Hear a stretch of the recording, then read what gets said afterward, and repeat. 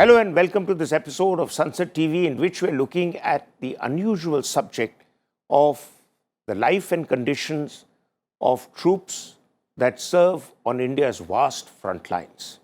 The climatic differences, the harsh terrain, and the living conditions where city life comforts are only something that you could probably talk about in your spare time, is something that people who've served in the armed forces would know and connect with entirely with what our two guests will bring to us.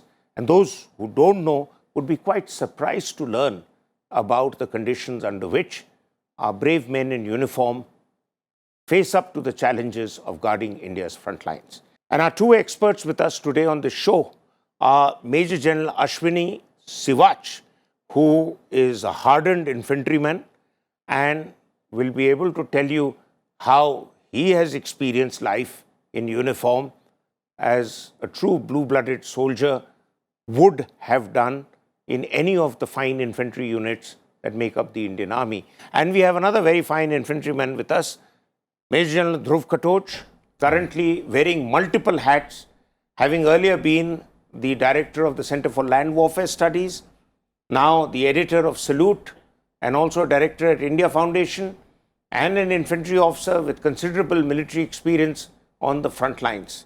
So I'll start with you, General Katoch, sir. Yep. Broadly, just explain to me, how is it that conditions of serving on the front line have evolved over the years in the last 3 or 4 decades that you've known army life, from your days as a cadet to currently, and how much change there has come about, and are creature comforts still subscribed to by the army, or we are still told, as youngsters are told, that the more you bleed, the more you sweat, the less you bleed in war? I think I'll go with the second dictum, you see, that the more you sweat, the less you bleed in war. Because ultimately, even today, the facilities which are available in the forward areas are the barest minimum. Okay. What has really improved over the years is, one, we actually have now roads going up. So today, in most of the border areas, the roads can go up right up to the company headquarter level. There are only a very few places now where the companies are located where you have to, maybe it's a 6 hours or 8 hours walk to reach the company location or the platoon location. But those are gradually getting reduced. So one of the major improvements which have been made is on communications. Secondly is, as far as accommodation is concerned, we have got the, for various places, we have got accommodation which has now come up. It is not the standard type of accommodation. This is what they call the, it is made on, it is a prefabricated sort of structures which are there. They call them prefab. They are prefabricated structures. And alongside that, of course, if it's the border area, if it is next to the line of control, then you've got your bunkers also. So it is a prefab shelters which are made, which are very small where you live. And if required, you get into your bunkers. But there are other things, when you're looking at communications like mobile telephones, television. I mean, none of those facilities are there. And I don't expect them to come up anytime soon, even in the near future. But so, there, I have visited a number of posts, sir, all along the LOC and even at Siachen Glacier.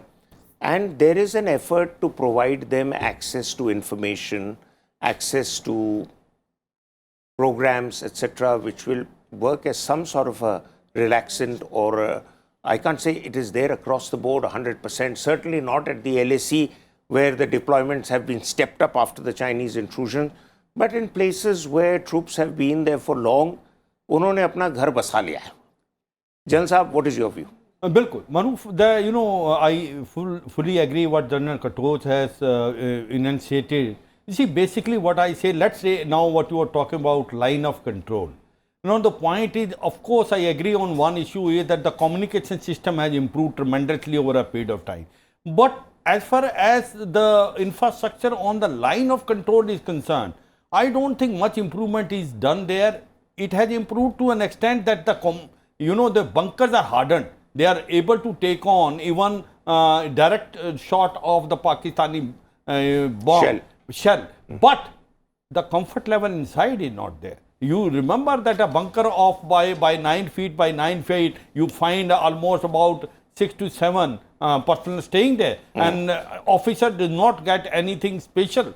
They are also sharing a bunker there in a high altitude where the temperature goes beyond minus 25 degree, where you find that the temperature, not only this rarefied environment, and people are going for patrolling, people are doing ambushes. So therefore there is a challenge on that as far as line of control is concerned. Compared to Pakistan, India has a larger challenge, because see, as far as Pakistan is concerned, they do not have this problem of of infiltration. The Indians don't send terrorists that side, but from there you have to getting a terrorist. So remember, when the temperature is so low in the night, you are laying ambush in the open, in the high altitude, in the snow-bound area. So it's a big challenge. So therefore, as far as the Indian soldier is concerned, the dictum still remains same, that you have to be physically very good, you have to be mentally alert, and you have to be professionally very sound. So therefore, the point which I am trying to bring out is that the living condition on line of control and line of actual control have not improved much. The reason is simple, the requirement is such that you have to go out, you have to fight against the enemy, and your enemy is your terrorists which are coming, or the bat action team which is coming, and therefore you have to rough it out. And the mantra that you have to be physically fit, mentally tough, still remain the same what it was old. No doubt, sir. I don't disagree with either you or General Katoch that in certain places there's only that much you can do to improve the infrastructure. But I've spent time on Siachen Glacier, I've spent time on the LOC, I've spent time in the jungles of the Northeast, and I've seen in all these places, one is the adversity that nature has put up against you, and the other is the mindset of the soldier, where the commander is responsible for keeping his morale high. Now, you're talking of high altitudes, and I'm sure you would have served there also, sir. One of the things is that it gets so cold that there is a resort to things like the sigdi at night in your bunker. But again, carbon monoxide is something that you cannot see, but if you keep your sigdi on through the night in the freezing cold, you may just be dead in the morning because of the gases that come out. So the orders are that however cold it may be, you will not keep the sigdi on at night. So I'm sure they by and large followed. Some people may be cutting corners on that. What is it that you feel that separates the J&K and Ladakh territories from the high altitudes in the northeast along the McMahon lines? You see, Maroof, serving in the high altitudes is always a challenge. And you very rightly brought out about this question of sigdi, there are very strict orders, that the company sergeant major will come and check each place that the sigdi has been placed. Even when I was the commanding officer in the Machel sector, and I went to the highest portion, I had to spend a few nights there at about 14,000 feet when I was visiting the company. The company JSU came to my prefab hut, my small little hut, to see that the sigdi was turned off. I mean, it doesn't matter who you are, those orders are very straight. Now, how do you deal with such situations? I used to tell my men very frankly, I said, who feels cold? And they would give me various answers, but the question of who does not feel cold? And they would give me various answers, and I would tell them, no, only dead men don't feel the cold. So if you're feeling the cold, be very grateful that you are alive. You see, and it is really a way of how you look at a situation. So there are difficult things, but in my entire service, and I've been with the men throughout, I don't think it really mattered to anybody. It was just part of the game. Okay, it is cold, fine, we take it. If it's a jungle march, if it is raining, if you are wet, right? I think we have simply taken it as a par for the course. Absolutely. And one of the reasons why I think it has been very effective is the officer is there. So if I, as a commanding officer, I'm 40 years old with 20 years of service, I am suffering the same hardship as the Jawan. And once you suffer that same hardship, then you find that the man takes it very, very comfortably. Absolutely. So I think that's a thumb rule that applies for command anywhere in the world. Yes. I mean, there is that old infantry sergeant's speech that was given to us at infantry school, where he says, well, Lieutenant, when you run out of cigarettes, we will offer you our own. But when we run out of cigarettes, we'll appreciate it if you don't smoke. You have to be with us. Jan sir, I want to shift the focus now to the jungle terrain. Now, the jungle terrain is hilly, it's mountainous, but it's a killer in its own right. It's very humid. It has all sorts of insects there. I mean, leeches are par for the course wherever you walk, whether you sit or you walk.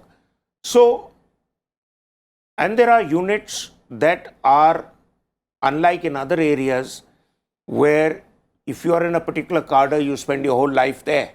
Here you are coming from high altitudes, and as a respite, you might be given a break in a jungle terrain and said, at least तुमको freeze नहीं होना पड़ रहा है. So, how do we acclimatize our troops before and de-acclimatize after rough tenures and prepare them for the next? Absolutely. Maroof, as far as the terrain is concerned in northeast is concerned, it's a varied type of terrain. But the one which you are talking about, jungle terrain of Arunachal Pradesh, where I served as a young officer of 2-3 years service, and 3-4 things stand out. One was in northeast, the biggest problem was that the communication and the roads and infrastructure was hardly anything. So therefore, from battalion headquarter or from brigade headquarter to move to your own battalion headquarters, for example, in Tooting and Machuka, we used to take 6 days. I was instructed in commando school in Belgaum. After doing a tenure there, I went, when my unit was in Tooting in Arunachal Pradesh, I was told from along, you will take 6 days to reach your battalion headquarters in Tooting. You know, that is very strange, and that is what it was. And therefore, that walking in the jungle when there are leeches, water is pouring down, and you will find it, you have to keep your weapon also very safe. After 6 days, when you reach battalion headquarters, you can imagine, Maroof, what is your condition. Now, second, as far as the area is concerned in northeast, where jungles are there, it has got its own challenge. Malaria is one of the challenge. Then you find snakes are there. Then you find reptiles, other reptiles are also there. Then you find also that you don't see sun.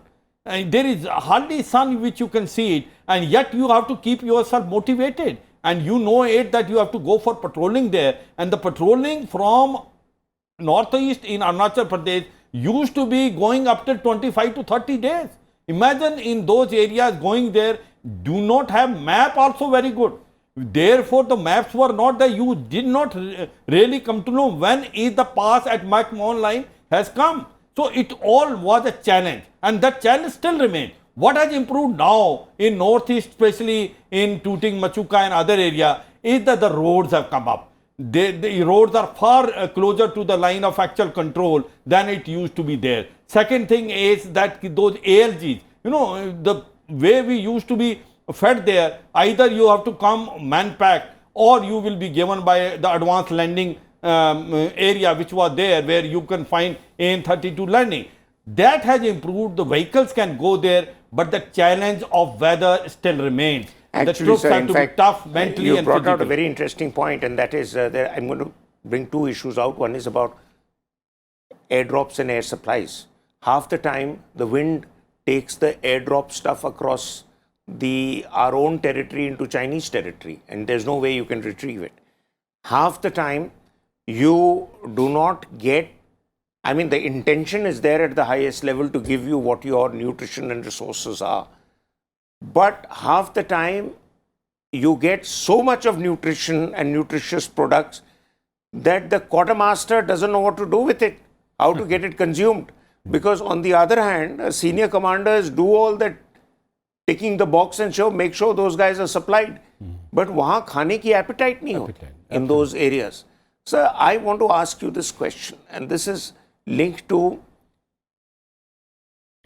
the high altitude areas, particularly in places like Siachen, etc., where it's a given.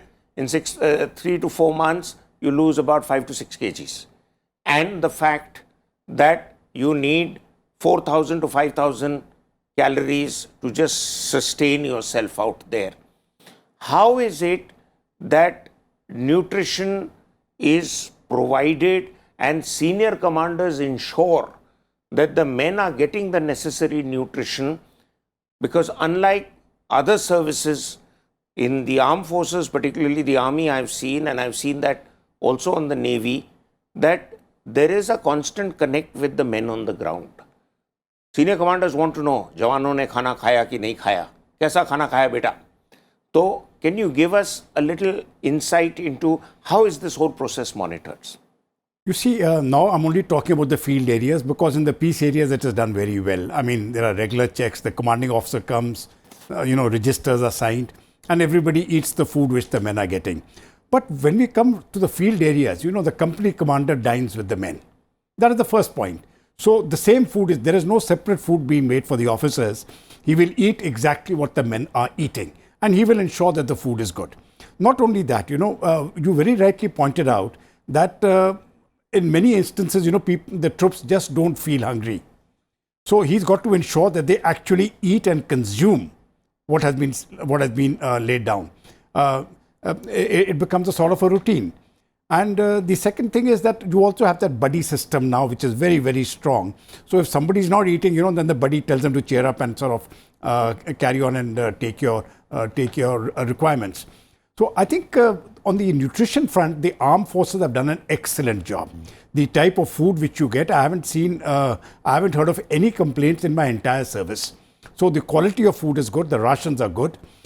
They are supplied at the right place at the right time. Yes, it is true that you don't get fresh. It is really not possible that if somebody wants fresh eggs or something, well, there are certain areas where I think it is very, very difficult for them to come on a regular basis. But to the extent which is possible, fresh vegetables, fresh fruit, they are supplied right to the forward posts. Right. Good. Like General Giap would say, the army moves on its stomach. Right? General Siwach, you have some idea of the area around Sir Creek, and that's all on that front towards Pakistan, which is not very clearly demarcated in terms of fencing and in terms of landmarks, which might survive a couple of high tides. So how do people monitor our territories there? The challenges, I'm told, range from overnight the moon becoming a full moon and the sea tide rising and the waters taking over all the positions till you can manage to reach a high ground, till when there is a low tide and there are all sorts of snakes and insects in that same marshy area. It's not a very happy situation to be in. How do people cope with it? Absolutely. Maroof, that is the biggest challenge. The point is what rightly you said, that area is still not demarcated. And there is a dispute going on between India and Pakistan. And therefore, it is a type of a line of control. And you can also take their area, they can take your area. So it is unlike the international border, other than this, till Jammu and Kashmir, in somewhere in basically Chamjodiya. Now this area is where the challenges are of the weather, the challenges of the terrain. Now very rightly you said, on the high tide the water level increases. There are floating BOPs which are there on the either side, which are keeping a check on each other. And then when the low tide comes, then you find water receding slowly, steadily, and then you all of a sudden find it's all dry, and you find number of insects spread on that area. And now the question which comes is, how do you keep yourself motivated to ensure that Pakistani do not make use of this situation and attack your floating BOP? And that is where you find that you have to lay number of ambushes, irrespective whether the tide is high or tide is low. The difference is, when the tide is high, then you are making use of the water, you are using also your water expedients. But once the tide is low, once the water is not there, then you are doing patrolling on foot. But the question which comes is, the weather condition changes so fast there in desert. In daytime the temperature is plus 50, and in the night it becomes pretty cold. Yes. And therefore that is another thing which is there. Weapon system which becomes very difficult to hold it in the daytime. It is so very warm. So keep yourself motivated in that area. It's your own challenge. I remember, Maroof, just that I served in the Sichuan Glacier, in Northern Sichuan Glacier, and after that our unit moved to in desert. You find a complete vast change. Both have got challenges, but the challenges were of a very different nature. People sometimes do not recognize and respect the challenges which are there in desert, that which are also quite a bit. Like, let's say, snakes are there, reptiles are there, mosquitoes are there, and then the threat of enemy. Yes, we've made a lot of important points. And last question to General Katoch sir. From minus 50 degrees in Siachen Glacier, you're there at plus 50 degrees in Rajasthan's deserts. The human body has to go through a lot. Forget what the human mind has to go through. And there are changes in the human body which troops do complain, although our troops do not complain of trauma and stress like the American troops do. But still, you know, we just take it for granted that our boys are hardy, they are sons of the soil, they'll cope with it. But the officers, they could be city boys from Delhi or Pune or wherever else, and they have to connect. They cannot complain. How do you get them to enjoy the tenure there? Because if you think it as a burden of labor, then to aap khatam ho jayenge. You have to do your 2-year tenure feeling happy about it. Actually, one of the things which has happened as far as the officer cadre is concerned, which is very good, is the standard of training which you get at the NDA and the IMA. It is a very tough training.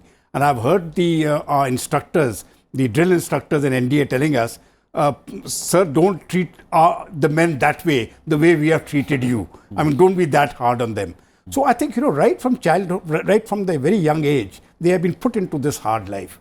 The second thing is, I think, in the Indian Armed Forces, the Indian Army especially, the officer is self-motivated. Once you get into your unit, your infantry unit or your armored or artillery or wherever, you know, that sense of pride which comes in that you belong to an elite establishment and you cannot let it down.